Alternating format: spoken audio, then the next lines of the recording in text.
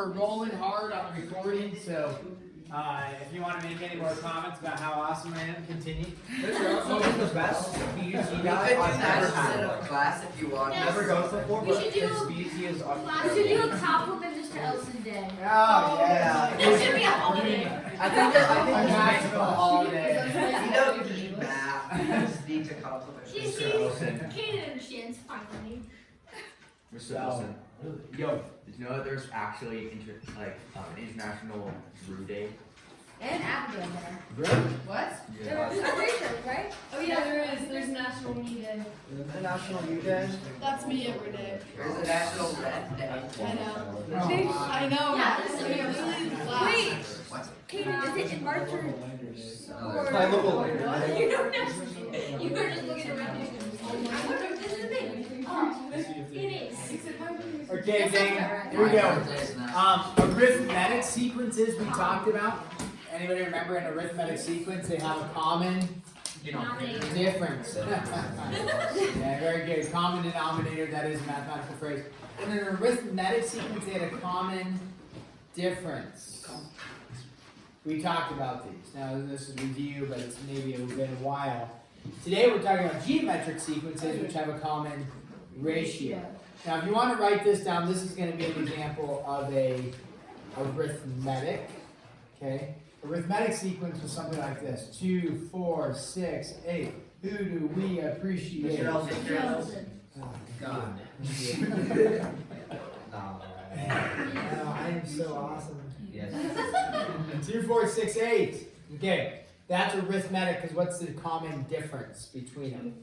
Or, and another question is, what are you adding every time? 2. So in that case, to check it, you would just go 4 minus 2 is 2, 6 minus 4 is 2, 8 minus 6 is 2. So that would have a common difference. Geometric is a common ratio, which means you are going to be multiplying something, the same thing, to each term to get to the next term. So in that case, if we had one, we could go 2, 4, not 6, but 8, 16. What would the next one be? 32. 32. 64. 100. 128. 128. 256. 256. Wow. It's like 512. Oh yeah. 1024. Then it's like. So, and then dot, dot, dot. So what's happening in this case, this has a common ratio, meaning what are we multiplying each time? 2. 2 in this case, right? You're going 2 times 2 is 4, 4 times 2 is 8, 8 times 2 is 16, so on and so forth. So the common ratio, now the way to check what the common ratio is you take your second term over your first, so 4 over 2. What's 4 over 2 give you? 2.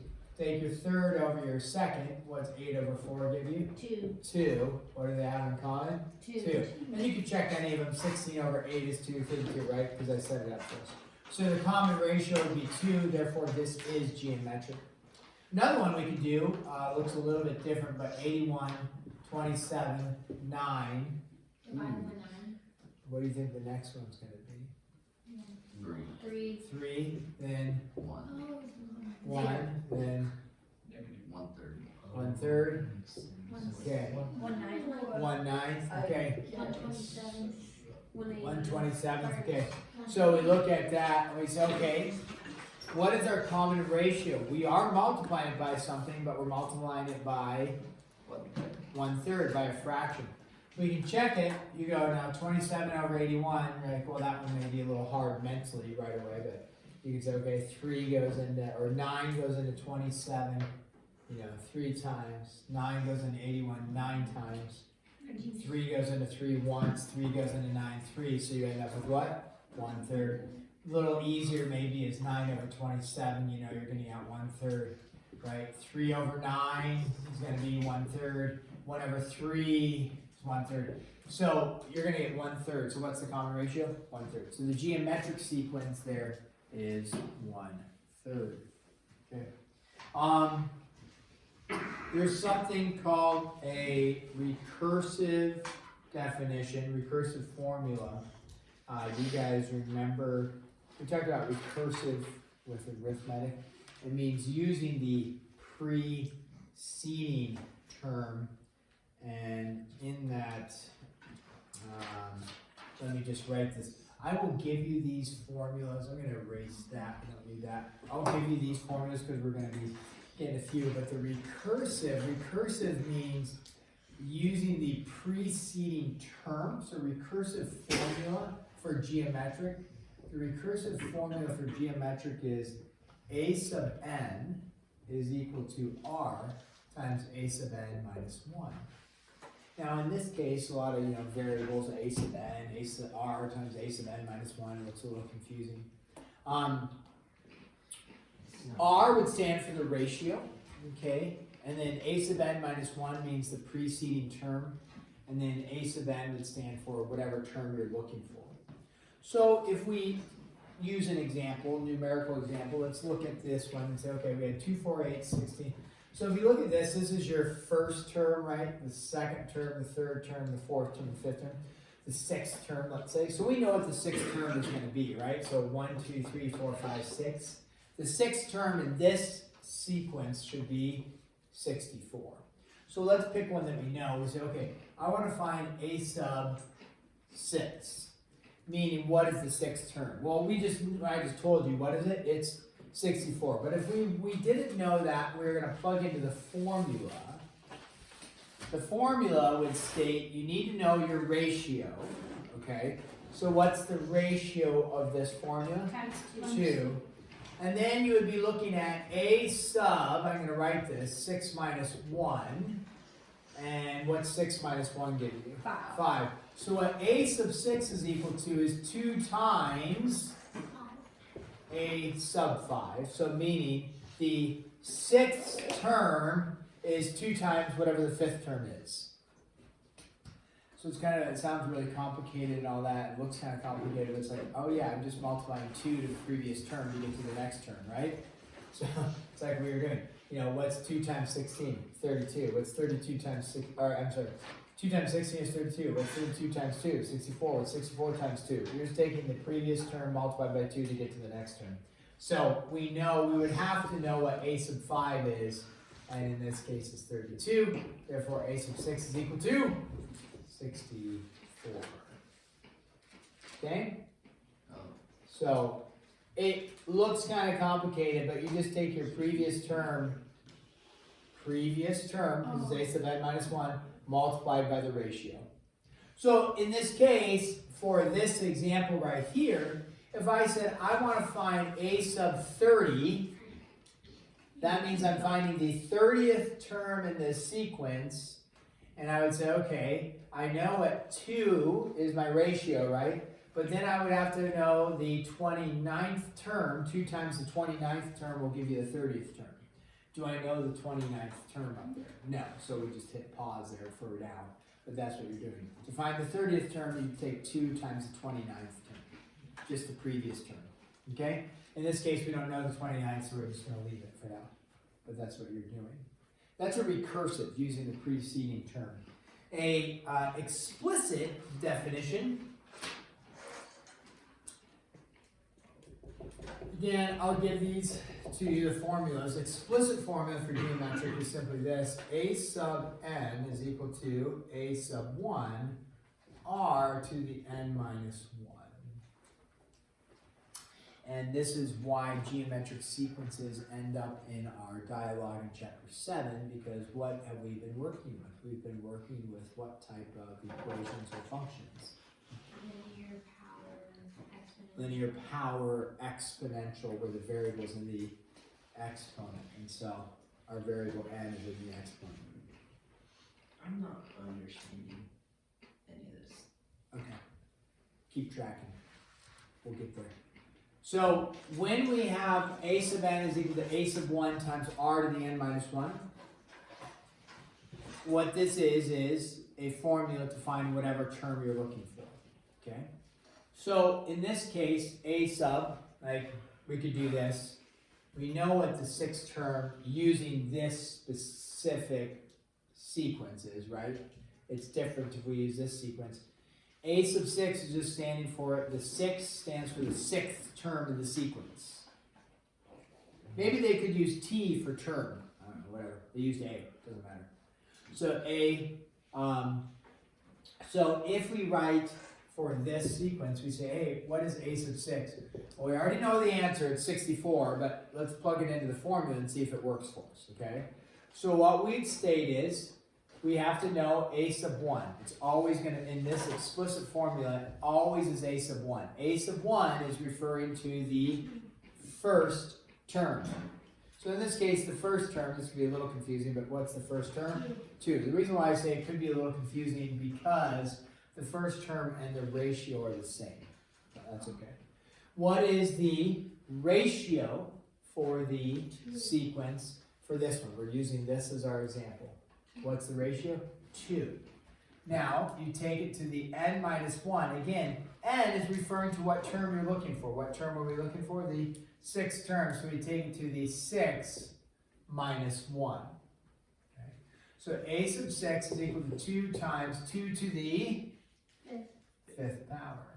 Now the issue here is some people who mess up and they multiply 2 times 2 is 4.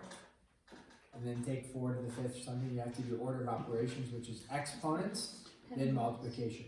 So in this case, you'd have to know what 2 to the 5th is, which would be doable. 2 times 2 times 2 times 2 times 2, which 2 to the 5th is 32, right? So 2 times 32, so a to the 6 is 64, which we already knew. Now, that's good and well when it's like 2 to the 5th, which isn't too bad to do, right? But if we were to apply this same formula and say, hey, what's a to the 30th? You would say, okay, let's do a to the 30th. What a to the 30th is, let's just follow our formula.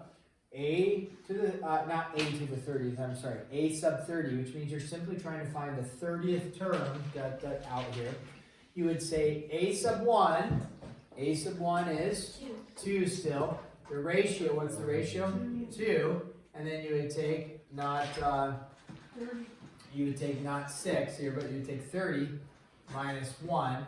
So you'd have a sub 30 is equal to 2 times 2 to the 29. Is that one really easy to do?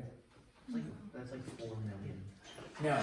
So you would need to, yeah, go ahead. Wouldn't you be able to make it 2 to the 30th since it's 2 times 2 to the 29th? Yeah, you could do 2 to the 30th. The reason why I'm not doing that is because if we were to like change that in the first term as a 4, then this would be a 4.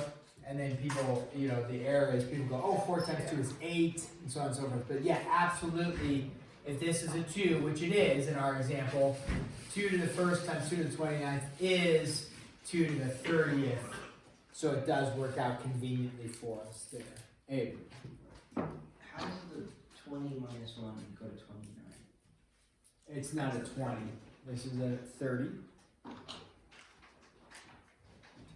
So this is a 30. Even if it looks like a 20, it's not. But yeah, I could see how if it looked like a 20, it would be very confusing how 20 minus 1 turns into 29. It's actually a 30. A sub 30. That's a 30. So you would need a calculator. 2 to the 29th is, and then times 2, and you end up with this value. 1073741 right? And so you have 107. Oh no, I think I messed up the decimal there. So you have 1,073,741,824. Would we do that problem without a calculator?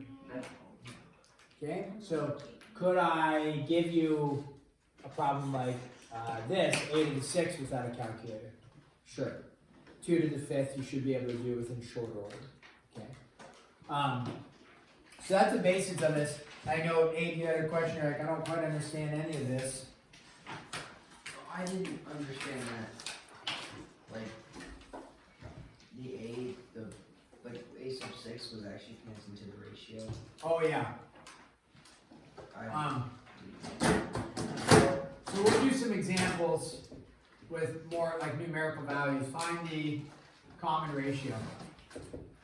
Okay, so you are going to be given, so everybody get yourself ready. If you, Shouldn't really need a calculator for these, at least not this one, but if you use one, I'm not blaming you. So go ahead, what's the common ratio for that one?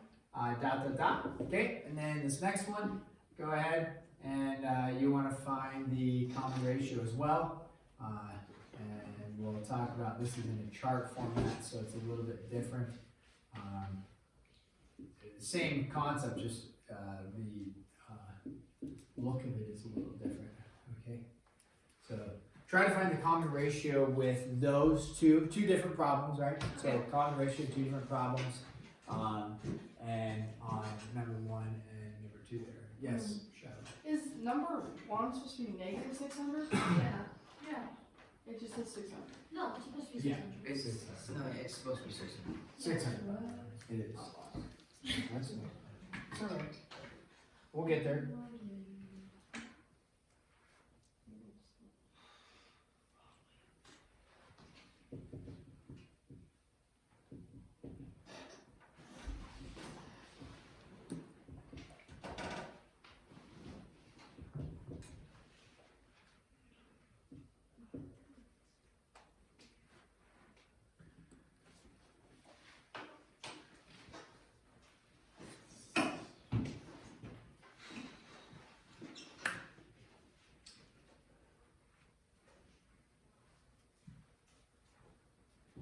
Remember, find your common ratio. What do? You take your, math.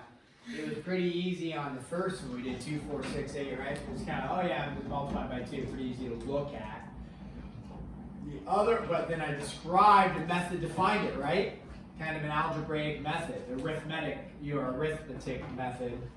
To find the common ratio, what do? You take your second over your first, take your third over your second, and you can keep testing it, your fourth over your third, and see what you get. So when it's not real obvious, then you need to do a method to see what the common ratio is. And they should have a common ratio on number 1 and 2. They do. Let's take a look at number 1 here, because if you're not getting it, let's just go over it together. What's the common ratio on number 1? Negative 10. Negative 10. Because you're asking, what am I multiplying to each preceding term? So 6 times negative 10 is negative 60. 60 times negative 10 is a positive 600. And again, how do you find it? You just take negative 60 over 6, you get out negative 10. You want to test it though, not just taking second over first, but take third over second, right? And you get out negative 10 as well. Okay, got a common ratio going. We look at number 2. It looks a little funky, right? You got n and a sub n, and okay. What does n stand for? Number. Which number of the sequence? Which number in the sequence? So this is the first term, the second term, the third term, and the fourth term. So essentially, though, it's just in a different formatting. They could have written this as 9, 6, 4, 8 thirds. And then it's like, oh, okay, I'm seeing it more like a pattern, but that they just put it in a chart format, right? But that's what they're stating is n is the number in the sequence, so the first term, the second term. So a sub 1 stands for what is the value of the first term in the sequence. A sub 2, what is the value of the second term in the sequence. But you're finding the common ratio. What's the common ratio in this case? 2/3, right? You take 6 over 9, what does that reduce to? 2/3, take 4 over 6, what does that reduce to? 2/3. 8/3 over 4, it will reduce to 2/3. You got to do a little bit of math in there with some fractional work, but it'll reduce to 2/3. Okay? Questions on those two? Does that make a little bit of sense? I know the chart kind of throws us off a little bit. Okay, this is, you're going to say, hey, is it arithmetic, geometric, or neither? So you've learned 2 options so far, which is arithmetic, which means it has a common, I've erased my little example up there, it has a common difference. Geometric, it has a common ratio. If it doesn't have either of those things, then it is a neither. It's still a sequence, which is a list of organized numbers. It just may not be arithmetic or geometric. So we can start with arithmetic. Does it have a common difference between them? So from -1 to 2, what's the difference between them? 3. It's like add 3, right? Remember, you just take second minus the first. So 2 minus a -1 is 3. So there's a difference of 3, a difference of 4. Oh, is there a common is it arithmetic? No. Nope. Okay, so not arithmetic. How do I test if it's geometric? Take your second divided by your first. So what's 2 over -1? -2. Take your third over your second. What's 6 over 2? 3. Is it arithmetic? I'm sorry, is it geometric? No. So then what's our answer? It is a neither. Is it still a sequence? Sure, you bet. It's a list of numbers. What's the common, what not the common? What's the difference here? 5. What do you think the difference here is going to be? 6. And then the right? So there's a pattern to it. It's just not arithmetic, it's just not geometric. So it's a neither, okay? Could it ever be both? No. Arithmetic and geometric, no.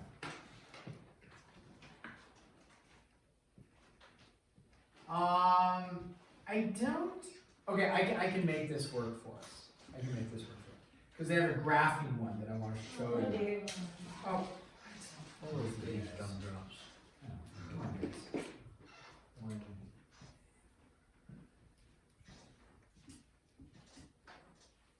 Okay, so they actually just have grid marks, but I'm not going to draw the grid marks. I'm just going to give you the numbers. They don't give you the numbers, but they have the grid marks so you can do your own counting.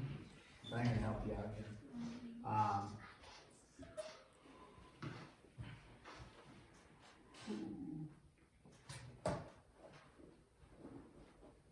Okay, give me a second, I'll move out of the way here, for those of you struggling, because I'm in the way. Sorry, I'm so large.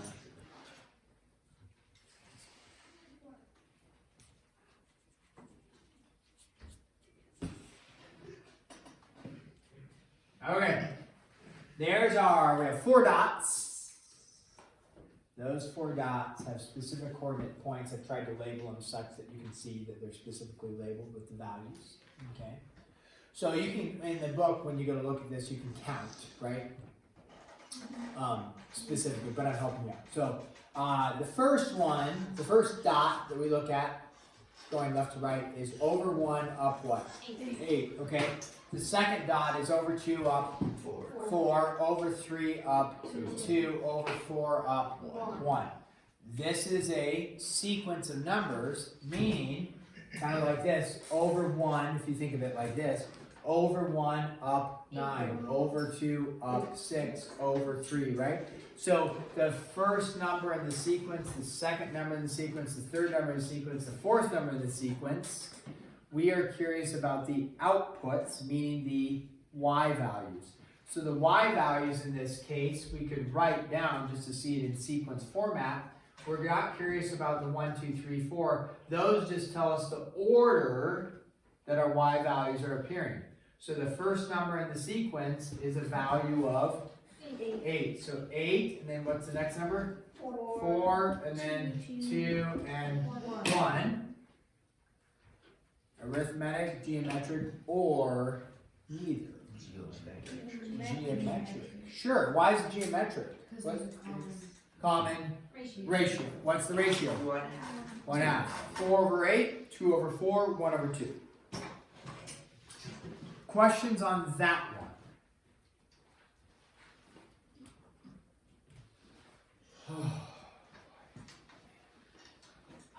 It's just a journey here.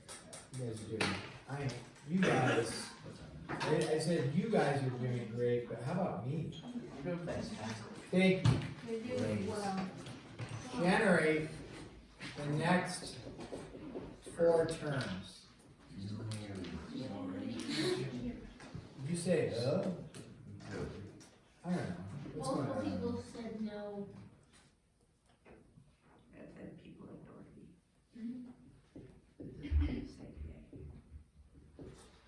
Okay, this is where it doesn't necessarily, the math, if you will, the computation isn't challenging, the notation, right? A lot of mathematics, it's like reading a foreign language. It's like you see this stuff and you're like, a sub 1, that's challenging in and of itself. A sub n is equal to -2, a sub n minus 1, right? The a's and the n minus 1, it just makes it a little bit more challenging. So the arithmetic part, which is what we're gonna end up doing, little math computation, is pretty easy. You guys have been doing that since probably 2nd, 3rd, 4th grade. Meaning multiply the next number by 2. 2 times 2 is 4. 4 times 2 is 8, right? That stuff's easy. This stuff, the notation, is a little bit more challenging. So they want you to generate the next 4 terms. Okay? So the next 4 terms. Did they give you the first term? Whether you see it or not, they did. What's the first term they gave you? 1/4. Because a sub 1, the 1 stands for the first term in the sequence. So a sub 1 is 1/4, then you're going to have comma, comma, comma, right? So a term, and one more comma. So you're going to find 4 more terms. This one is described as a sub 1. What would this one be described as in terms of a sub 2, a sub 3, a sub 4? So you're going to find the next 4, so you're actually going to get all the way out to a sub 5. Okay.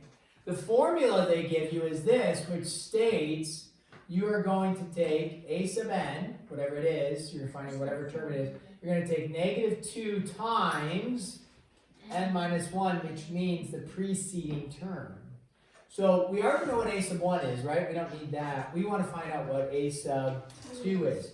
So if we want to find a sub 2, we're going to plug it into the formula here. A sub 2 is equal to -2, let me go, times a sub, I'm going to write it out, 2 minus 1, right? Because a sub 2, 2 minus 1, 2 minus 1 on the bottom gives us, we're actually using what? A sub 1. So what you're doing is to find the second term, you multiply -2 times the preceding term times the first term. So what is a sub 1? What's the first term they gave you? -1/4. They gave you +1/4, right? Yes. So what's a sub 2 equal to? What's a -2 times 1/4? So what's a sub 2 equal to? -1/2. -1/2. So this would be -1/2. So then to find a sub 3,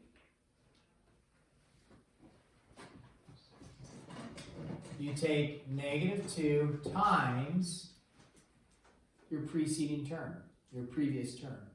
So to find a sub 3, you need to know a sub 2. Do we know a sub 2? Yes. Yes. So you take -2 times. -1/2. Oh, did I forget to put the negative up here? I'm sorry.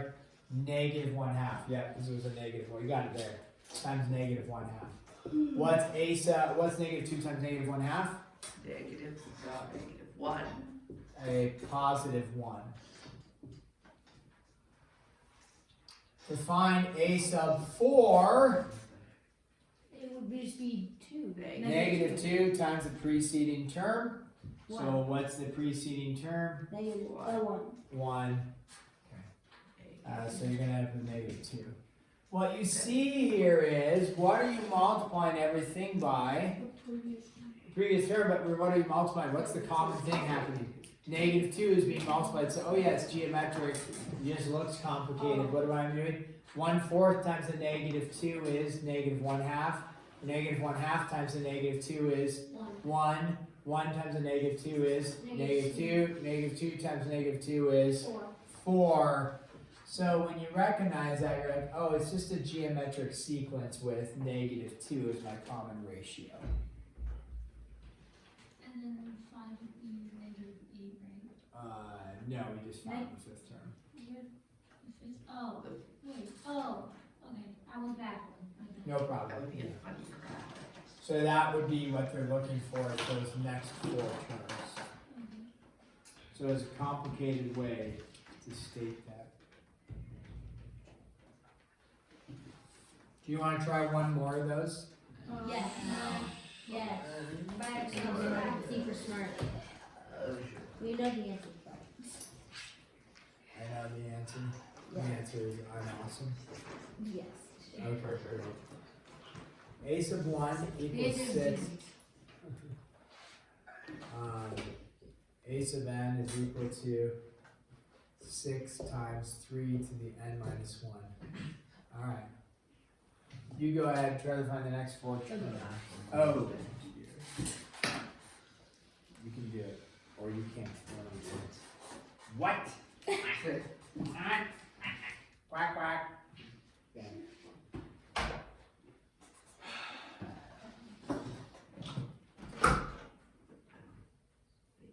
Check with your support team. Not saying this stuff is easy. Okay.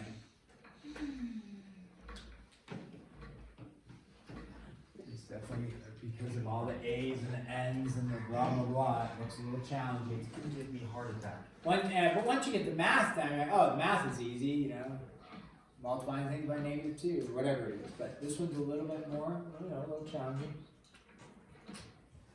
Oh boy. So again, you got 6, and then you need to find the next 4 terms.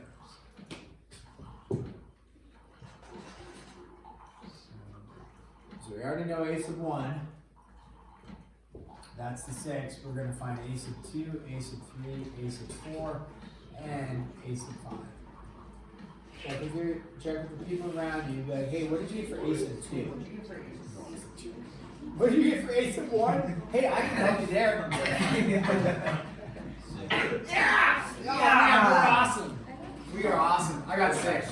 You're gonna get 6 for a sub 1. And what else can say? 6 for a sub 1. Oh, good Good job. job. No, didn't even get 6 for a sub 1. You've reached new lows.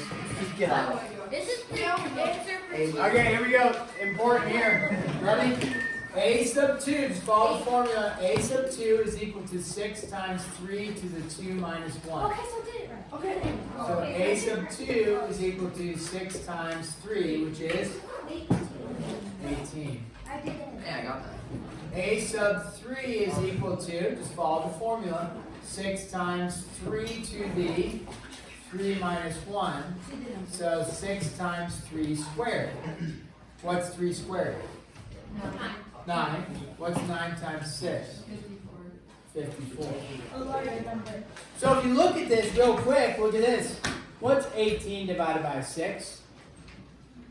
3. What's 54 divided by 18? 3. So how do I get to my next term? Multiply by 3.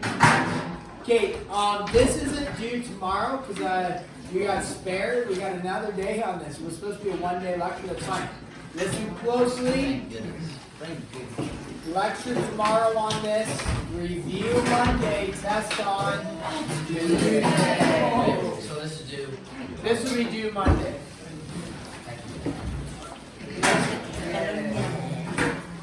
Try not to knock over the camera. Nice. Feel free to ruin my video.